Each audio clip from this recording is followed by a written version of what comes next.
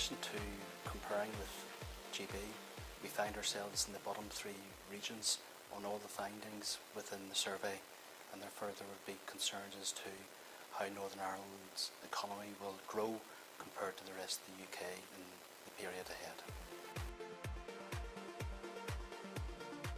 In relation to clients on the ground, there's a cautious optimism and there's certainly an element of increased activity.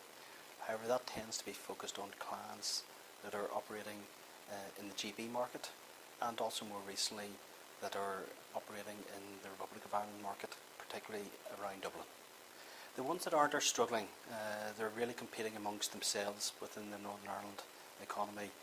Competition is fierce, there's pressure on pricing, and at the same time those companies are finding that their overheads are increasing and there's inflationary pressures, particularly in the area of wages.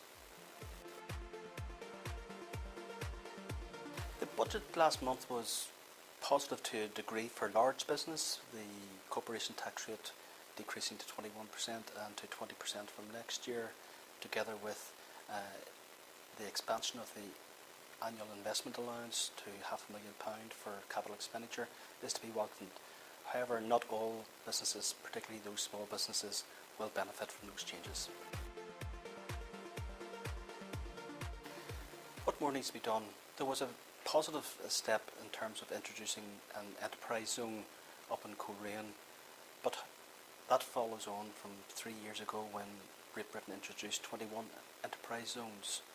Over there, one enterprise zone in Northern Ireland is not enough to rectify the balance, and in addition, immediate action needs to be taken on the corporation tax reform for Northern Ireland to try and rebalance the public and private sector.